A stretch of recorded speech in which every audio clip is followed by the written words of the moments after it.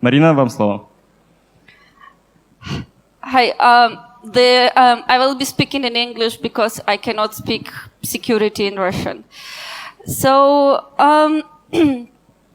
this talk is a continuation of the talk from which I delivered at Black Hat when I was going through the stages of the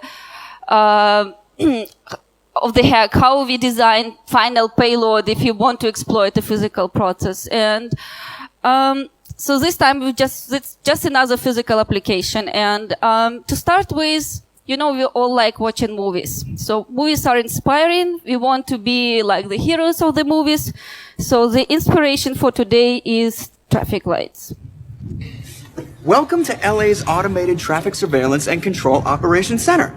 See, they use video feeds from intersections and specifically designed algorithms to predict traffic conditions and thereby control traffic lights. So all I did was come up with my own kick-ass algorithm to sneak in, and now we own the place. You want to do a dry run? I thought you'd never ask. See red light, green light.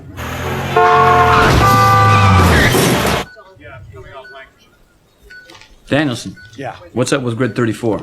Let's check it out. Hey. Oh, oops, did I? Oops. Wow, but it's awesome. Is that not awesome? Can you change it back now? Yeah. 4 or 5 northbound, group it out. Lights are working fine. Just an accident. It's good.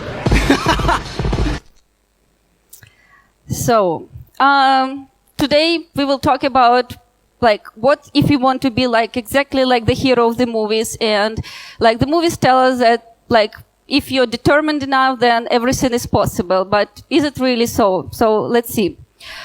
Last night at 23 o'clock, I've got news that my collaborator was not allowed to be associated with this talk, and we actually have to change a lot of the content. So because we discovered several things which we were not allowed to talk, so we had a little bit to modify the talk, but that will not relate it to the demo.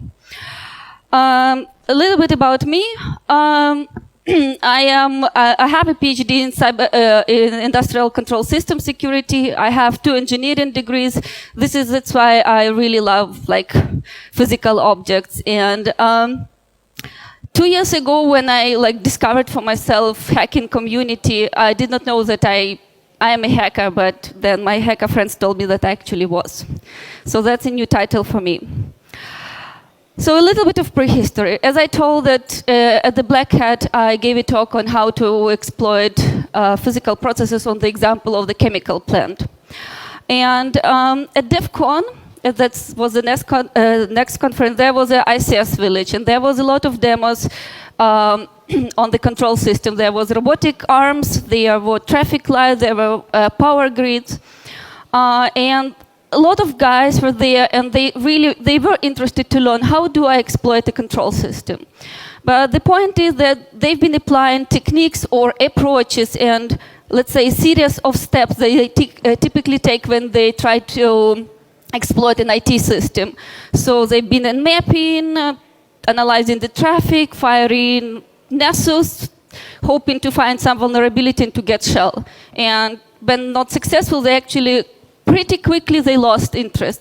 So actually my collaborator, he was probably one of the very few guys who actually persisted and tried to really understand, okay, so it's not IT system, I need to approach it differently.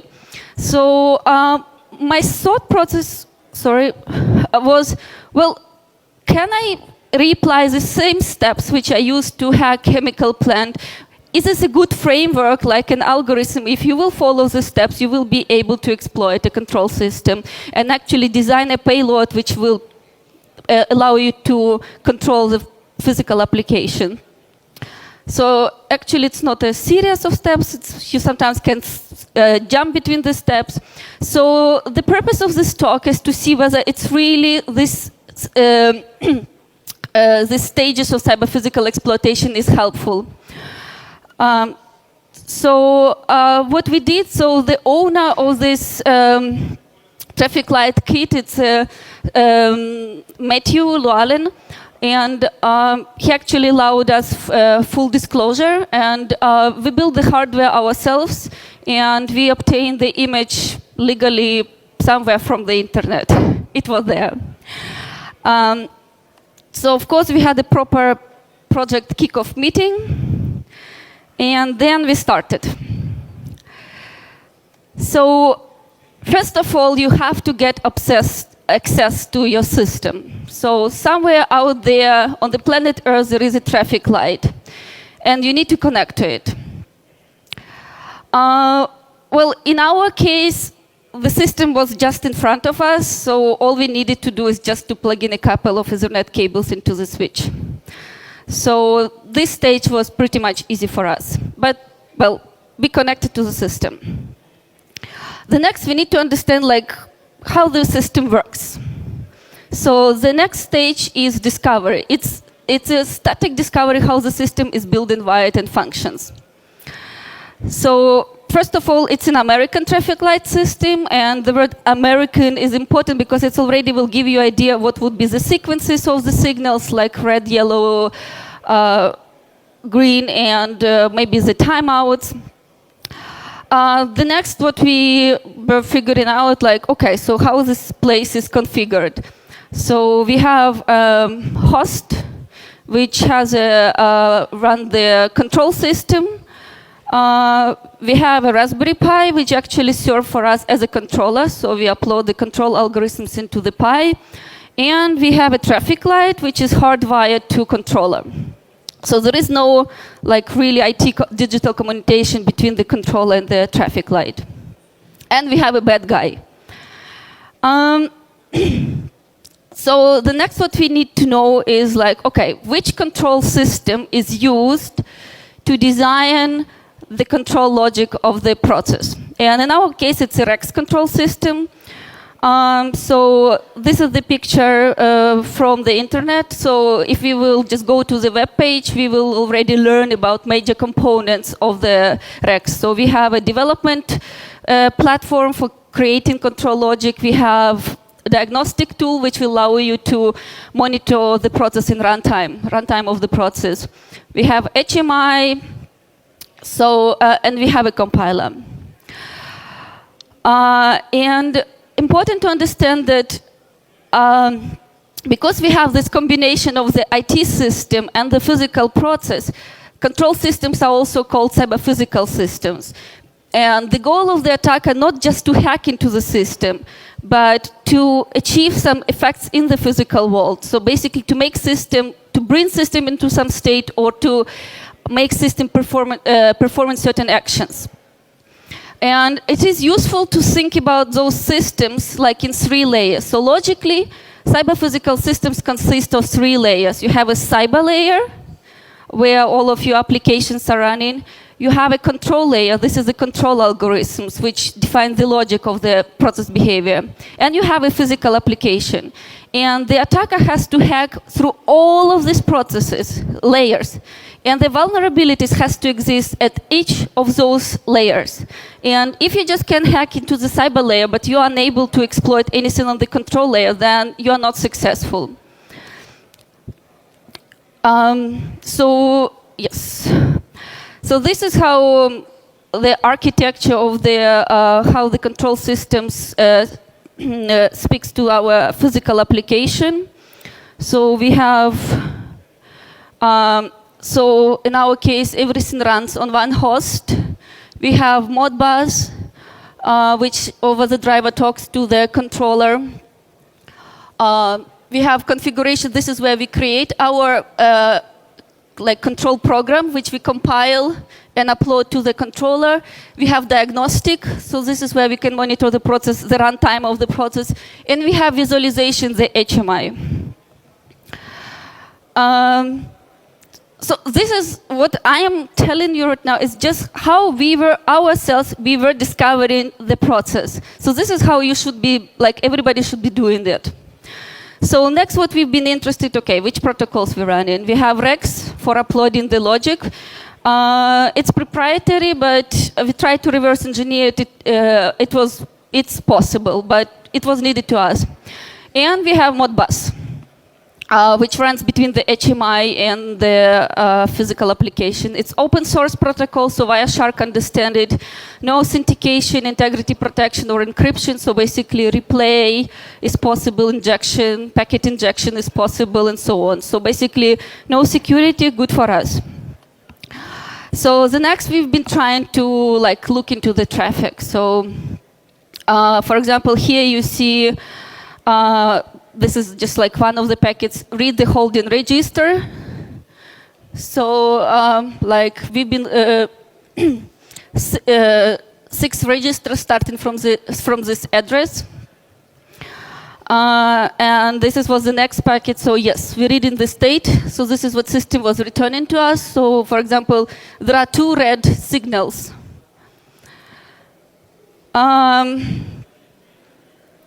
So we can in certain addresses we can also write something, but at this point we still don't understand how those addresses correspond to the physical application. We just see what we This is the initial analysis of the traffic. So important to understand about control systems that everything what can be measured, basically the inputs, and set the outputs is called a point. And each point has a tag, basically what we call in software the variable name. And you have really to reconstruct the correspondence between points, because those are physicals, and tags. Points can be analog, digital, or integer, and they can be read, write, or read, write. So you have to figure out what are your rights according to the point. And this, while it sounds simple, okay, you have to reconstruct point and a tag, how they correspond to each other, but there could be multiple layers or multiple locations where this, the conversion will be happening. You will see on the next slide. And this is one of the hardest things for the attacker. So you will need to find those, it can be some Excel table, it can be some specification for protocol or application, how this conversion of different tags into another tags and labels is happening. So, yes, so next we've been looking, okay, we have an HMI, the HMI has no authentication or access control, good for us. If we will look around the HMI, HMI is very useful to the attacker. This is where you can learn a lot about the process. Because, for example, if I go back, you can see, okay, that the system, and we only have 2 traffic lights. We can see what the operator can do. So this is obviously something will be what we can set. So this is the commands which we can send from the HMI. And those, obviously, these points will be read-write. Then we will look inside into the HMI, what we will find into the HMI. And fantastic, it gives us a lot of information. So you can see, suddenly we get the list of all possible tags, so which corresponds to the points. So we now we know how many points we have in our process.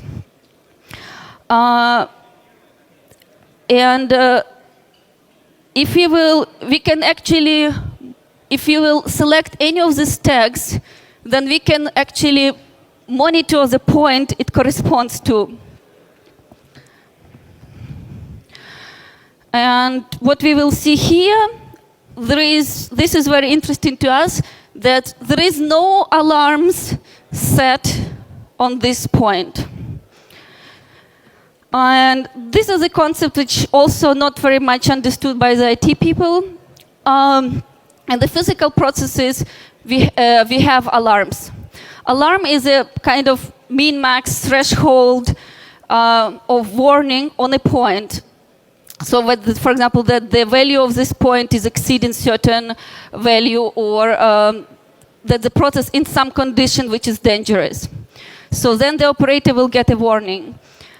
And for the attacker, it's useful to know where the operator, where those limits because you probably want to exploit them, because you want to go beyond those thresholds if you want to damage the system. Or it also gives you about the vulnerabilities of the process, because you will see what the design of the process was worried about. And important is that the alarms can be generated in the controller itself. It can be in some database which stores process values, or it could be on the HMI. For the attacker, it's important information, because if you want to suppress alarms, you need to know where to suppress. Because if the alarm is generated in the HMI, so you can't suppress it. Well, you can suppress it also in the controller, and then it will never reach the HMI. So, as I mentioned, in our case, it seems like there is no alarm set, but we were not sure. So I actually opened the alarm log, and there is no any history on alarms. So it really tells us probably there is no alarms in the system. That's good for us. We don't need to take care about that. So eventually, after all of these discoveries, you need some kind of a table. So with all the points and tags which you have in your system, the addresses, because if you want to send some commands to the system, you need to know the addresses of the Modbus. And that gives you the descriptions. It's basically the commands which your system can understand. So all of this we got from the traffic. For example, if you go and check the talk of the Trend Micro at Black Hat on how the attackers were interacted with the pumps on the gas station. So what the attackers were trying to understand is which protocol the pumps is speaking and which commands pump understanding. So that's exactly here. So we now learned a lot already about the system. So the next stage is like we go into the controller and we want to see the control logic. Basically, how this is the most important. So how the physical application is controlled. This is relatively simple system, and we did not find vulnerabilities in the control logic itself, except one. But it's also important to understand what is the control logic. Control logic defines what should or should not happen to the process, under which conditions, at what time. And it's always yes or no proposition. Yes is something on, or no, it is off. And it is not Java. And it's typically, when you program in the logic, you have to think it's kind of if-then statements, and it's Boolean logic. So if input 1 is true and input 2 not true, do something. So set output, for example. So where do you get it? You can get it, for example, from the engineering station. Maybe it also exists on some laptops, for example, of the maintenance guys who've been uploading the logic. But of course, it's like if you have some, it will be typically also stored on some servers of the company. You can also grab it directly from the controller. Of course, it will be compiled, so it will be some binary, so you need to basically disassemble the compiler so that you could reconstruct the logic. We did not go this path because it's just a hacking exercise, but if you're interested to know how it can be done, see the talk of Felix Lindner from the CCC. He built the disassembler for Siemens PLCs. So we are back to the control logic, and yeah, the only vulnerability or weakness which could be exploited, which I found, was this is a button which set the traffic light into the automatic mode, and it is already initiated as active, so it already holds a 1. So basically, the operator has to press the button to kind of set it to 0, and then press again, so in order to activate it. So if between these two presses, if the attacker will keep pressing it, so basically you can prevent operator from putting traffic lights, from setting traffic light into the automatic mode. Other than that, in the control logic, we didn't find any vulnerabilities. The most important part of the logic is the state machine. This is which will define the complete behavior of the physical application. So it has inputs, which are conditions. So if the conditions are true, then set the outputs. So the next what we will do, we will look inside. And this is what we will see. We will see state transition table. So the first line is state transition table. So the system can only be in those states and can transition only from this state to another and none other sequences. And T-outs, it's a timeout for each state. So here it's a little bit more information. So if you look at those triplets, so the first numbers, it's a current state, in which state the physical process right now. The second is which is conditioned necessarily so that system could transition to the next state. And the third number is the next state. And this is just an example from the control logic. So if when timeout of a specific state, for example, Q2 is over, then certain condition, for example, condition C2 is valid. And then the system can transit to the next state. So if you will visualize this state machine, so this is how it will look like. So as you can see, the system goes always twice through red. So this is why you always typically, this red is always long. So yes.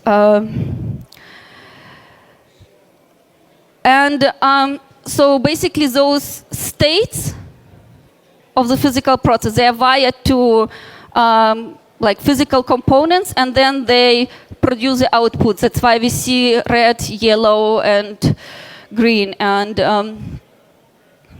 so for example, here is the state, if it's on, it will immediately go into the green. And Q3 is also there. And I will not take you through the logic, but if it's on, then red and yellow will never be active, except if you press this button, blink.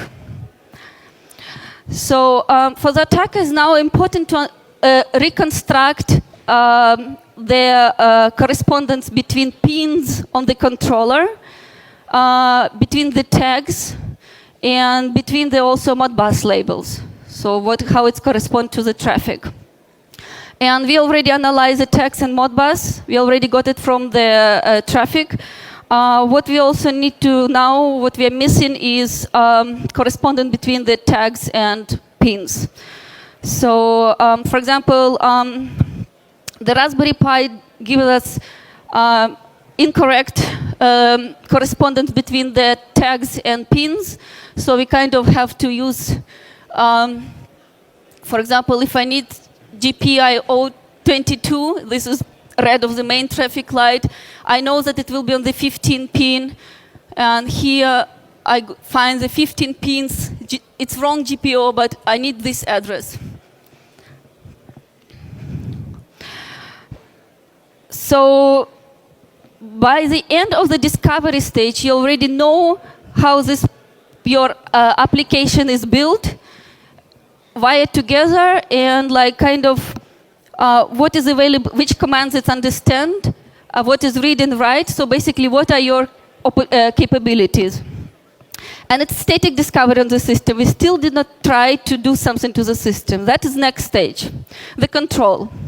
So now when we understand the system, we can try to do something. So now we move into the dynamic discovery of the process.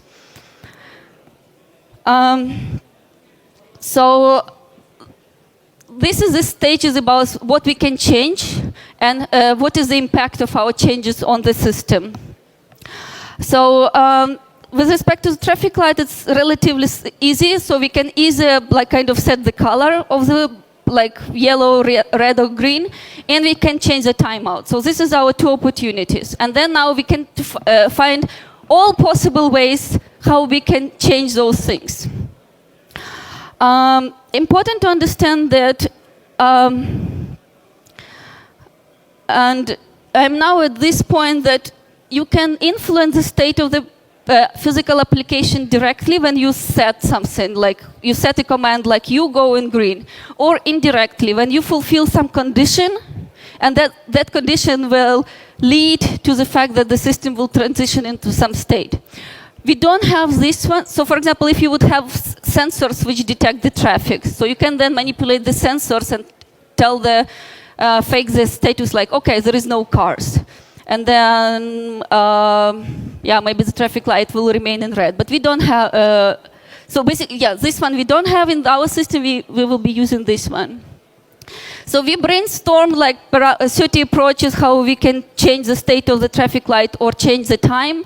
And we implemented approximately half of it. And at the end, once you have a workable scenario, at the end it's just like hacking exercise for fun. So now we will try to do something with demos. So we will try to play with our traffic light. And first demo is about forcing the point. So basically, we want to change the state like of specific light. And I'm going into my...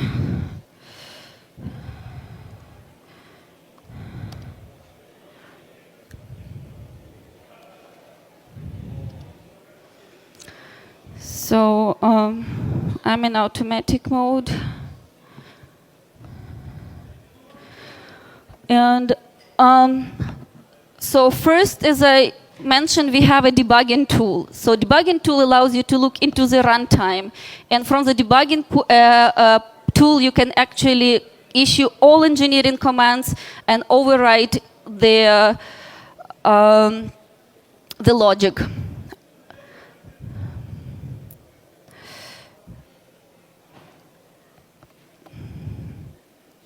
So I will open the debugging tool. So, and I already know which point I want to set. So, and all what I do, I just say, yeah, you go into red. I can see only badly. And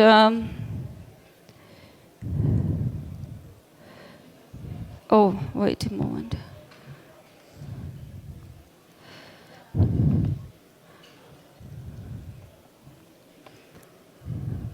I think I don't see the set button.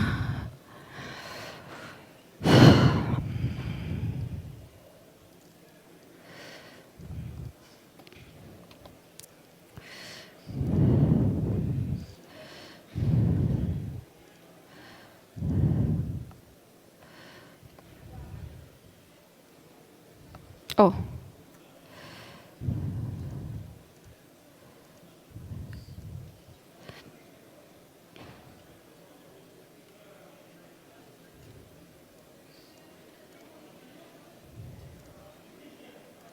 Yes, on. I'll just wait it.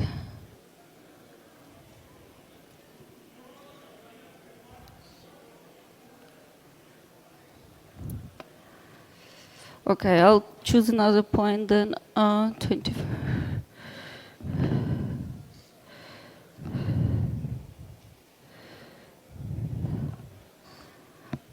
A second. Да.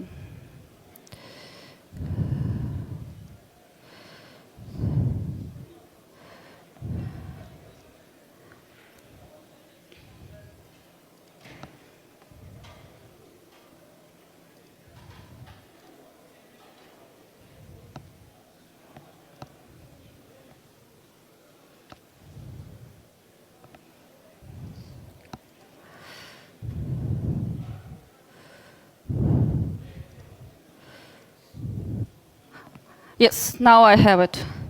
So basically you can influence the state of any point from the debugging tool.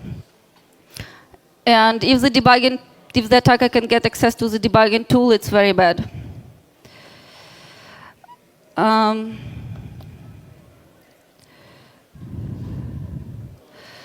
So the next, what we can do the same. We can set the point directly from the controller. So basically, we can go one layer beyond and do it directly from the controller, from the firmware of the controller. So as you've seen, the demos did not work properly in the morning, so I don't know whether it will work, hopefully. So maybe it will work.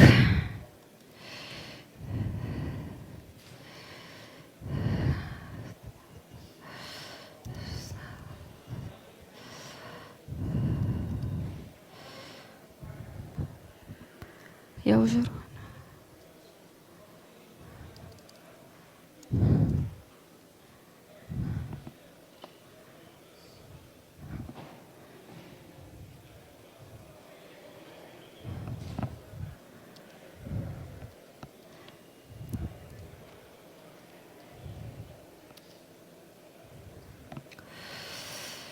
Okay. Yes, I have to disconnect and reconnect again.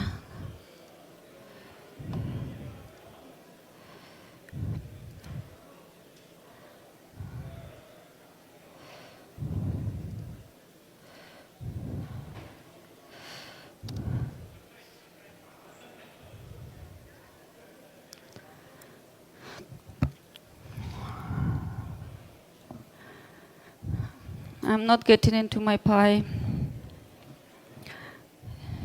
Oh, wrong address.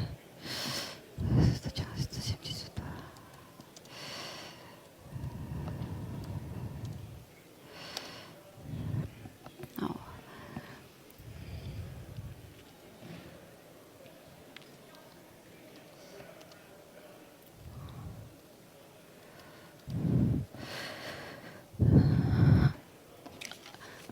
I just...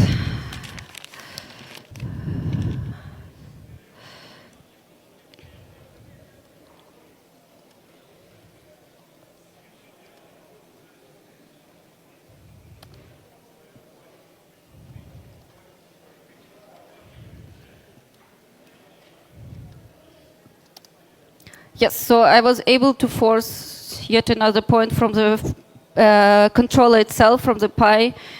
I could put them all, and basically I can do whatever I want. I can switch them off.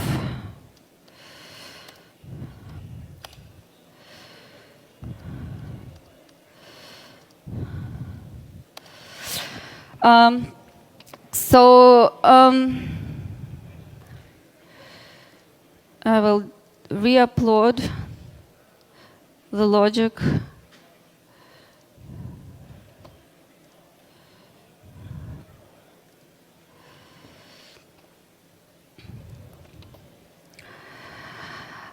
So the next, how we can change the state of the process is the next attack, which I will show you, is a stale data attack. This is one of the attack vectors which I discovered on the on general on the cyber physical systems. It's a very, very powerful attack which I presented at several conferences.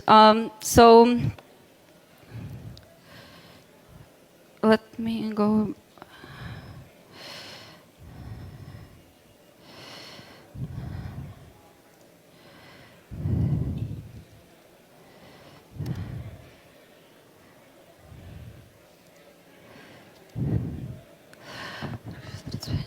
I need a PID.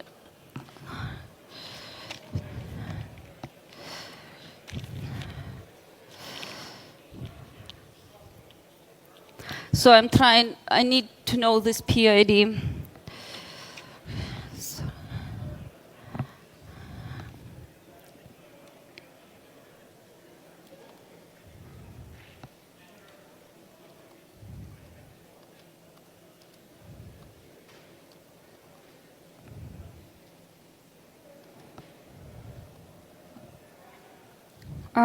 I want to wait for some specific state of the traffic light. I'll put it.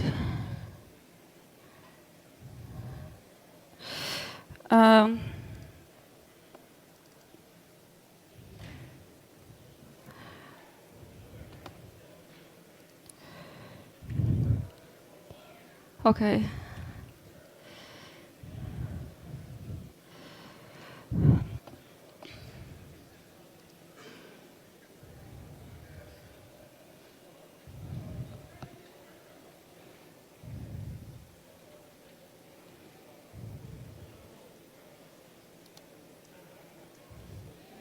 So what I did right now, I just disconnected the controller from the process.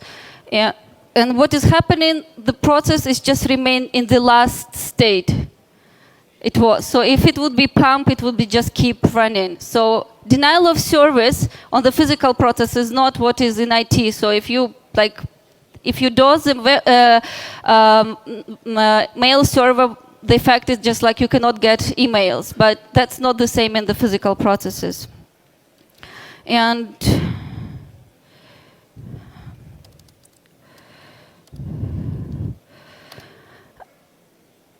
you can basically enable it again, and basically you can just do this, disconnect and connect the controller at the time, and just kind of, with that you can completely control the behavior of the physical application.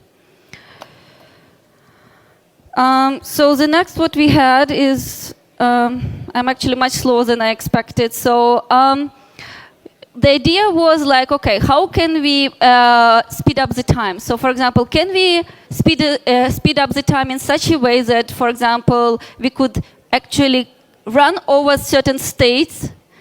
For example, I want to stay in red all the time and quickly jump over green and yellow in such a way that you don't even notice and you basically remain in red all the time. For that, we needed to speed up the inner clock. My collaborator, he actually reverse engineered the Rex core, and he found this tick, the timer tick, which we've been changing. So if I have only 10 minutes, I will skip this demo, but we were able so basically you just have to find the right addresses where you can override, change the timer tick, and we actually speed up the process pretty much.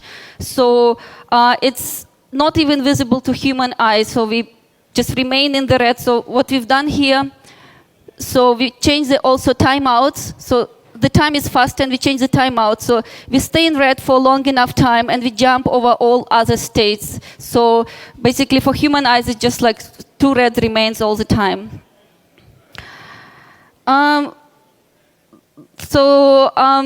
Then I will also, you can also modify the logic. For example, you don't want to have any reds and you always want to have greens.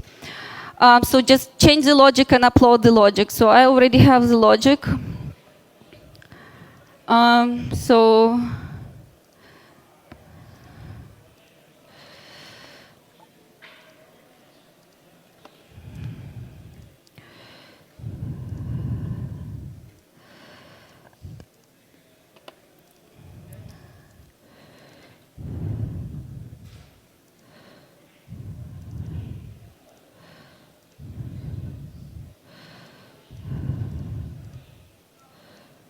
Oops.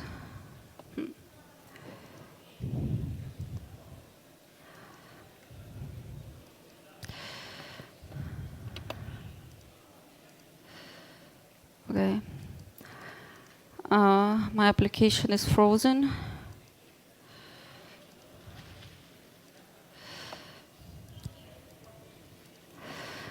I will try again.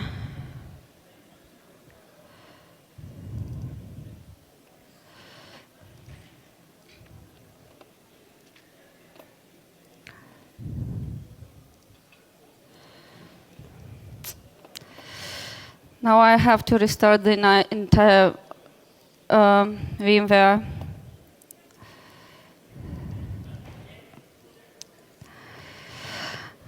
Okay, I will just continue with slides. So if we will upload this logic, so what we will do, we will have both greens.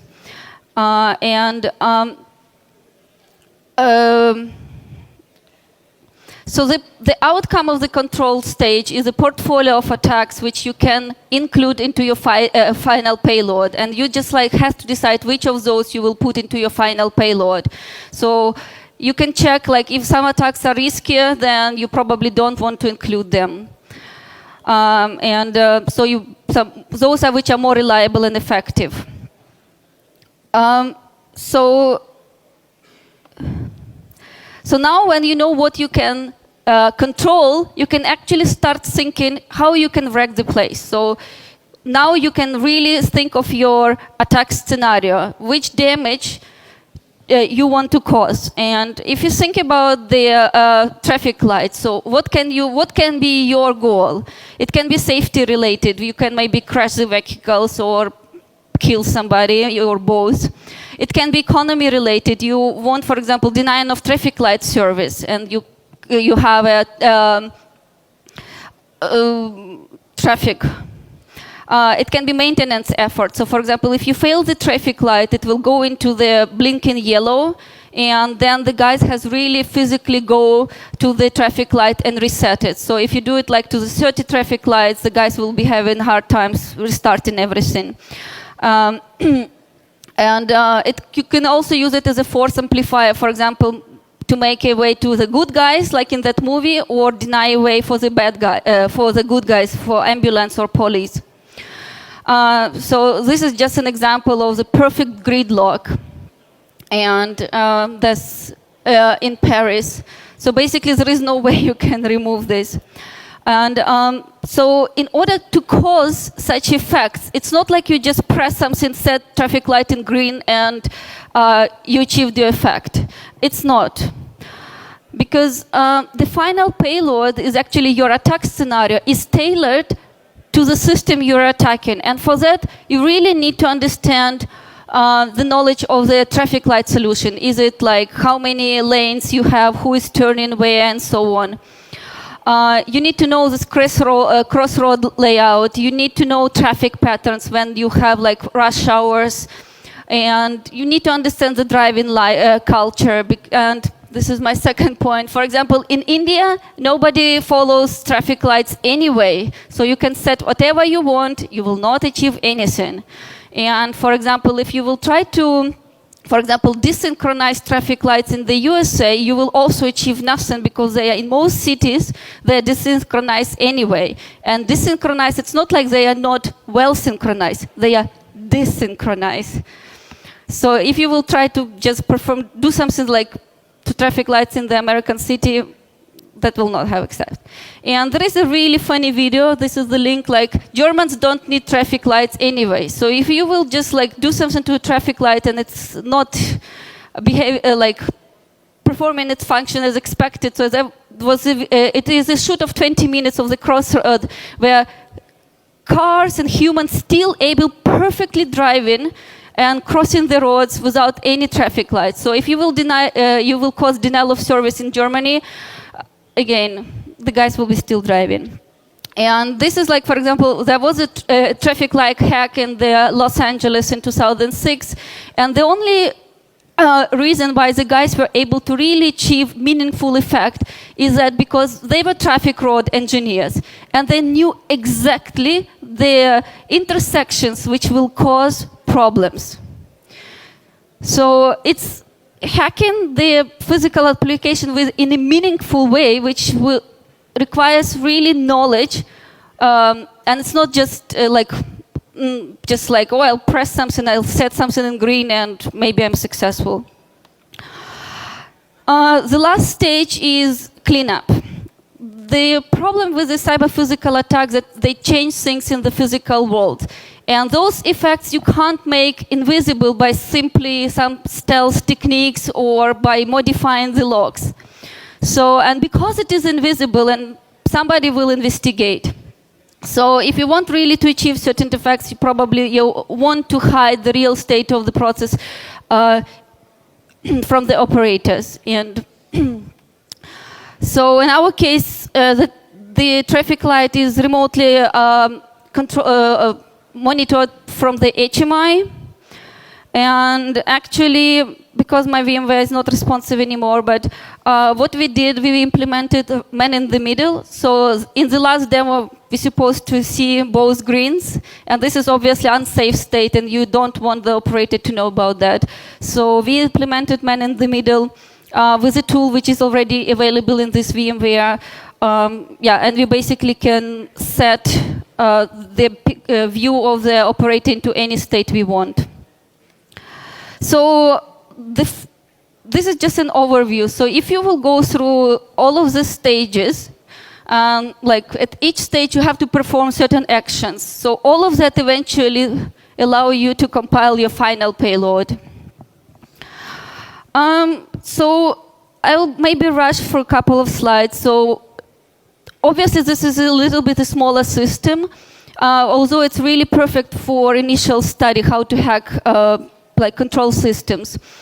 So when we started to study about the real traffic light system, we were overwhelmed with the fact that they are all different. They are so different. And then even if it is a traffic light system from a specific vendor, that it will be always built and configured according to the wish of the customer.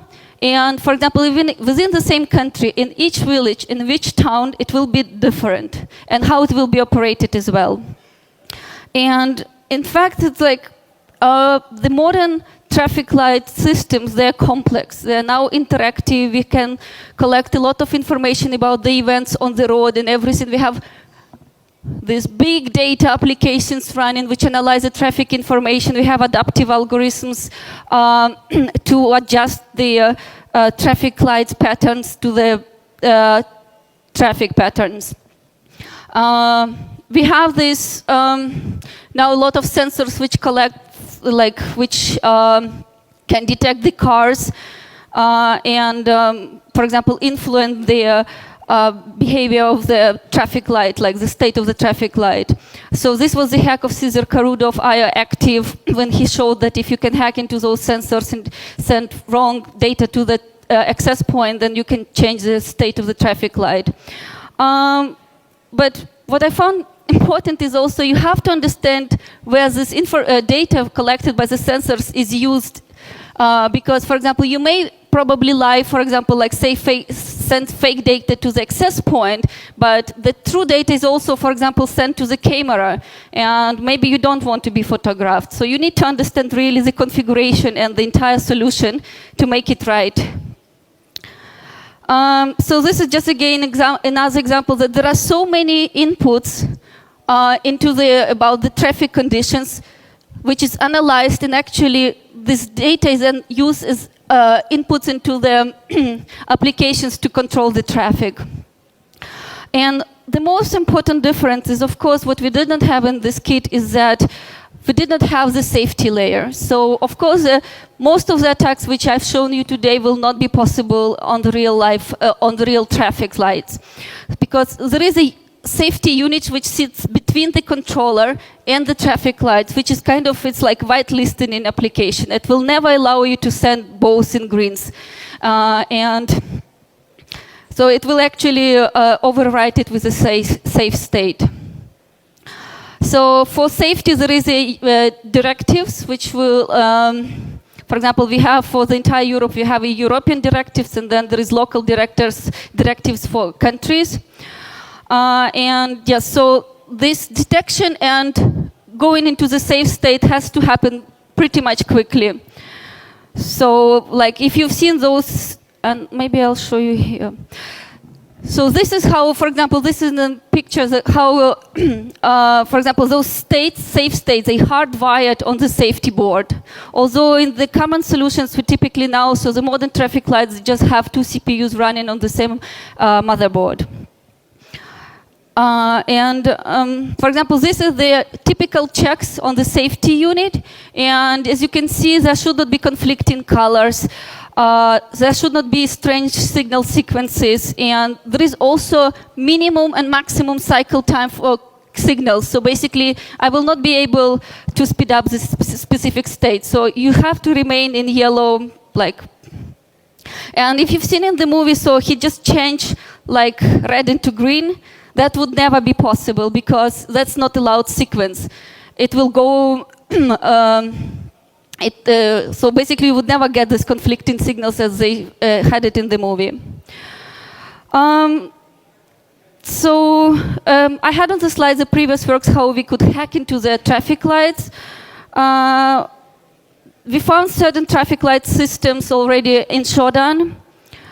And what we of course also have, everybody loves 0 days exploits. So call for action. So there is a specific protocol which allows you to actually request all green. So if you will have a specific device in your car, you actually can request, please give me green. So it's not like everybody can buy the device, so you have to be a police or ambulance or something. But the point with this, it's a well-described protocol. It's available on the internet, so the specification is available on the internet. I guess this one. No, that's American standard. And there is no authentication, authorization, and encryption. So you basically can inject your crafted packets and request green for yourself. And the Oscar goes to, like everybody saw that to me, but no, it just was a beautiful picture. So those guys who can really design a meaningful attack scenarios or who can overcome the safety protections. So if you can really coordinate the traffic light that you will have a green wave, cool. Maybe if you want to kill somebody, you need kind of to find the way how it will work. You can do many bad things. What we found that there is still not solved safety issue, and so if you the blind pedestrians have to press the button, and then there is a speaker which tells them, okay, now it's green, you can cross the road. The point is that you can like mimic that signal when it's red, and basically it's a known issue and they don't know how to solve it yet. So how to validate that input? Yeah, with respect to the safety, we found that there is a CAN bus which has which connect this main CPU and safety CPU. So it would be possible to acquire the device or system. Then it would be interesting to reverse engineer and to look into it if you could get it as a safety unit. With that, I am at the end of my presentation. Thank you very much.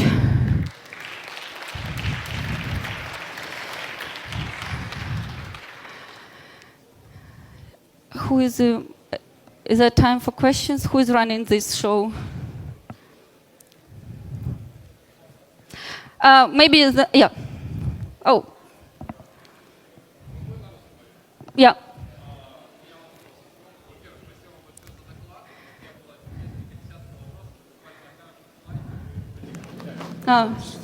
Один вопрос. Вот та железка для служб, скорых служб. Да. То есть, получается, любой может купить. Нет, купить нельзя. Ну, то есть ты...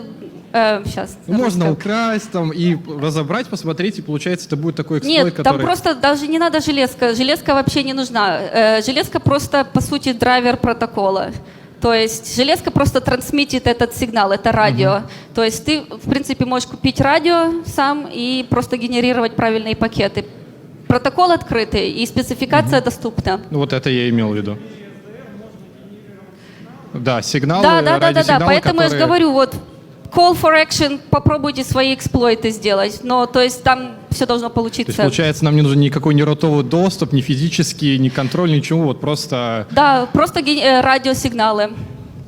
Но это просто только, например, это только один из атак векторов. То есть, в принципе, это просто, чтобы запросить зеленый. И это должно трансмититься, этот сигнал должен подаваться с определенных локейшенов. То есть, рядом с светофором, есть, допустим. да, специально. Ну, то есть, вот это одна из тех информаций, которую нам нельзя было разглашать, потому что есть карты вот этих локейшенов.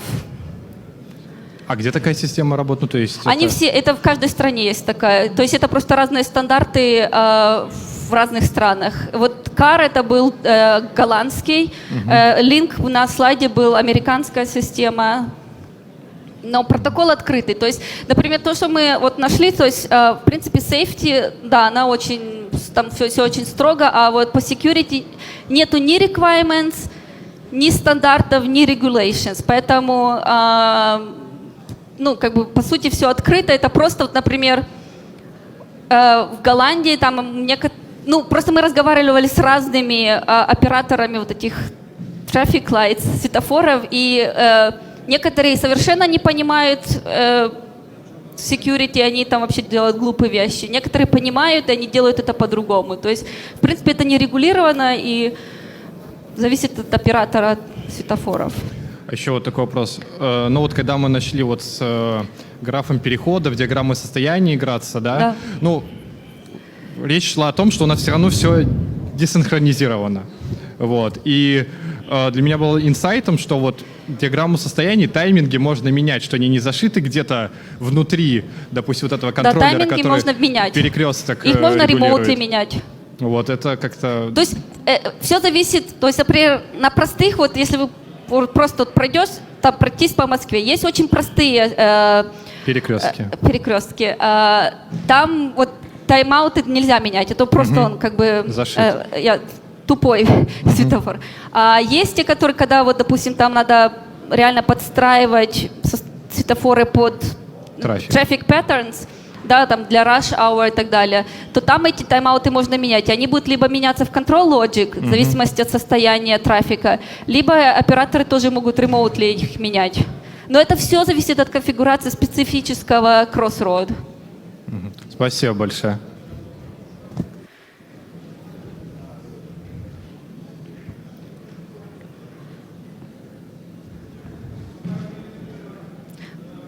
Хорошо, спасибо большое. Я буду еще тут.